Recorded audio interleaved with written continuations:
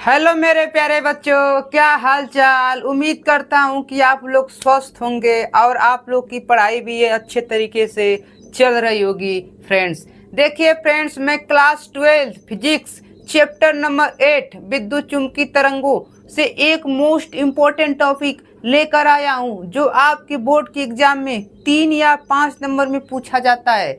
सबसे ज़्यादा 3 नंबर में पूछे जाने की संभावना लगभग 95 से 90 तक परसेंटेज तक बनी रहती है। ठीक है, 8 से 10% जो होता है 5 नंबर में पूछा जा सकता है। फ्रेंड्स तो देखिए, हम लोग देखते हैं बहुत ही आसान तरीके से फ्रेंड्स, एकदम इजीली तरीके से।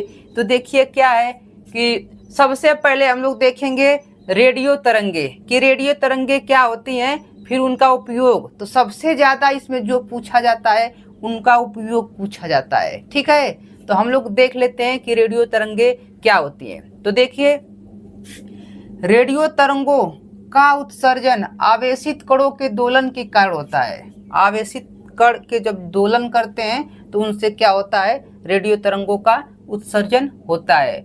और इनकी आवृत्ति जो फ्रीक्वेंसी होती है, उनकी आवृत्ति कितनी होती है, 3×10⁴ हर्ट्ज से 3×10⁹ हर्ट्ज तक होती है। ठीक, इनकी एक फ्रीक्वेंसी याद रहना चाहिए। अब इनका उपयोग देखेंगे, उपयोग क्या है। सबसे पहला उपयोग देखिए, रेडियो में, रेडियो, टेलीविजन प्रसारण, सेल फोन, वाईफाई में होता है। रेडियो तरंगों का उपयोग आप लोग इसमें पहला में देख लिए। दूसरा का क्या है कि नेविगेशन के लिए, नेविगेशन के लिए। ठीक है, दूसरा का उपयोग है। जो तीसरा का उपयोग है वो जरा देखिए क्या है। तीसरा का उपयोग है कि रिमोट सेंसिंग और रडार में वैज्ञानिक उद्देश्य में इसका उपयोग किया जाता है। ठीक, तो बहुत ही आसान था, रेडियो में, टेलीविजन प्रसारण में, और सेलफोन में, और वाईफाई में। ठीक, पहला उपयोग ये था। दूसरा का क्या था, नेविगेशन के लिए। और तीसरा का क्या था आपका, देखिए, रिमोट सेंसिंग और रडार में वैज्ञानिक उद्देश्य में। किस तरंगों का उपयोग करते हैं हम लोग, तो आपको पता रहना चाहिए, रेडियो तरंगों का उपयोग करते हैं। तो फ्रेंड्स इसको स्क्रीनशॉट लीजिए, फिर आगे देखते हैं।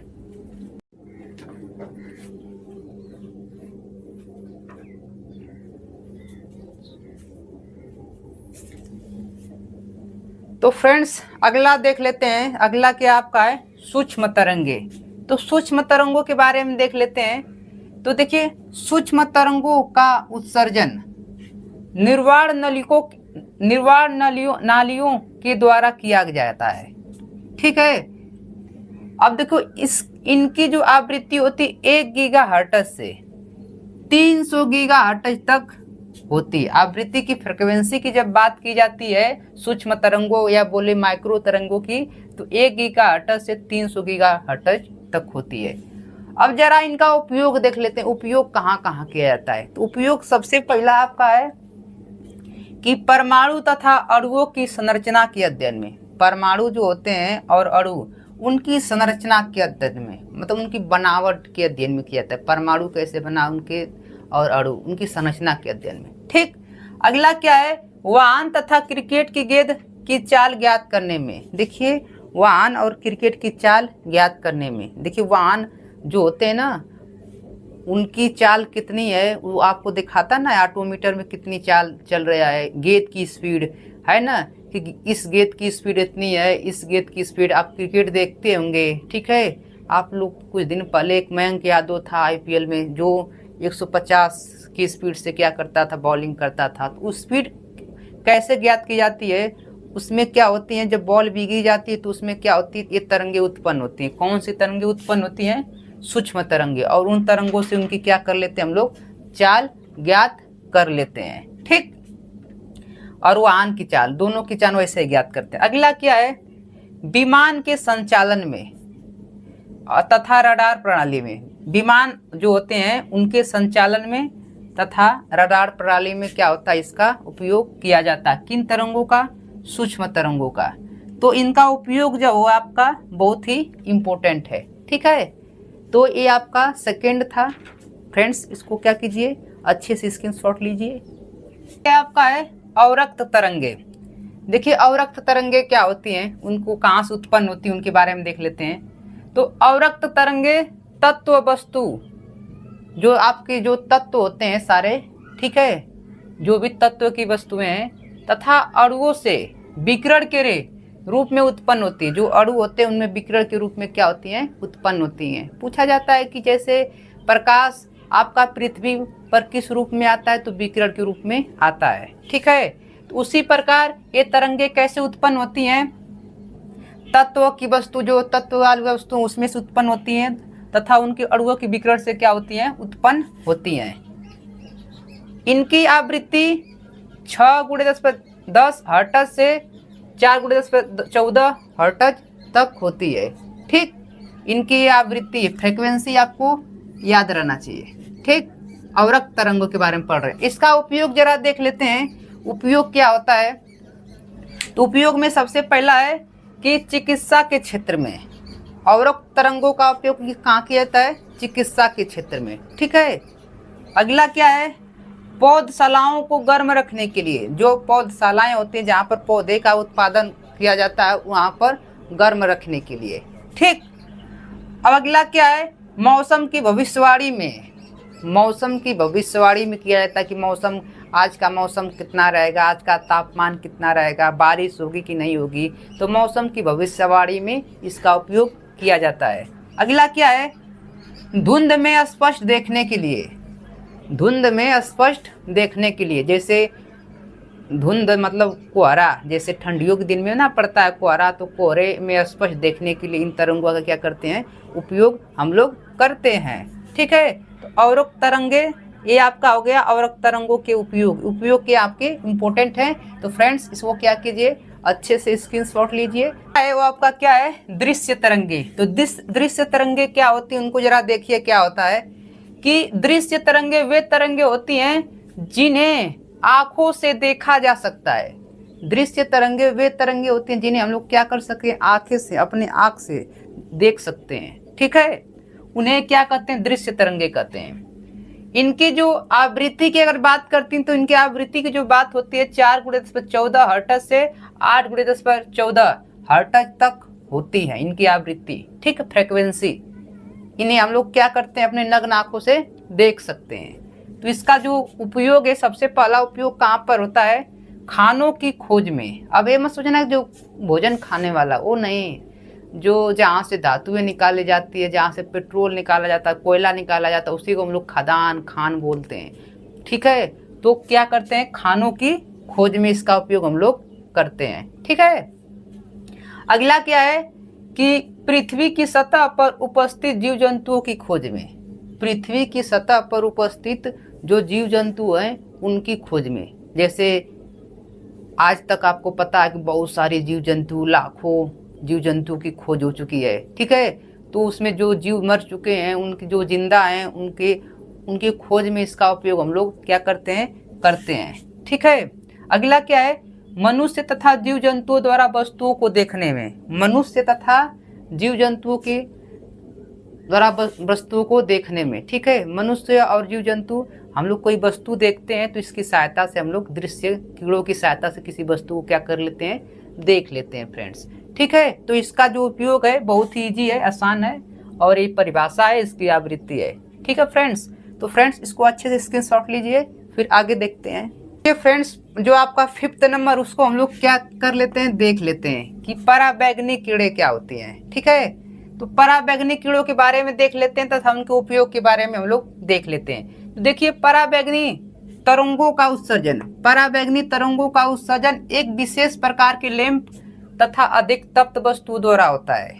एक विशेष प्रकार के लैंप, ठीक, तथा विशेष प्रकार के तप्त वस्तु, तप्त मतलब गर्म वस्तुओं के द्वारा होता है, ठीक है। सूर्य इसके उत्सर्जन का एक प्रमुख कारण है। देखिए, जो सूर्य आपको होता है, सूर्य, उस सूर्य से कौन से कीड़े निकलते हैं, पराबैंगनी कीड़े, जो आपके लिए गर्मी के दिनों में बहुत ही क्या होती हैं, हानिकारक होती हैं, जिससे त्वचा पर खुजली, त्वचा कैंसर संबंधित रोग क्या होते हैं, उत्पन्न होते हैं, ठीक है। तो पराबैंगनी आप लोग जान गए ना, पराबैंगनी तरंगों का उत्सर्जन एक विशेष प्रकार के लैंप तथा अधिक तप्त वस्तुओं के द्वारा होता है। इसका एक उत्सर्जन क्या है, सूर्य है, ठीक है।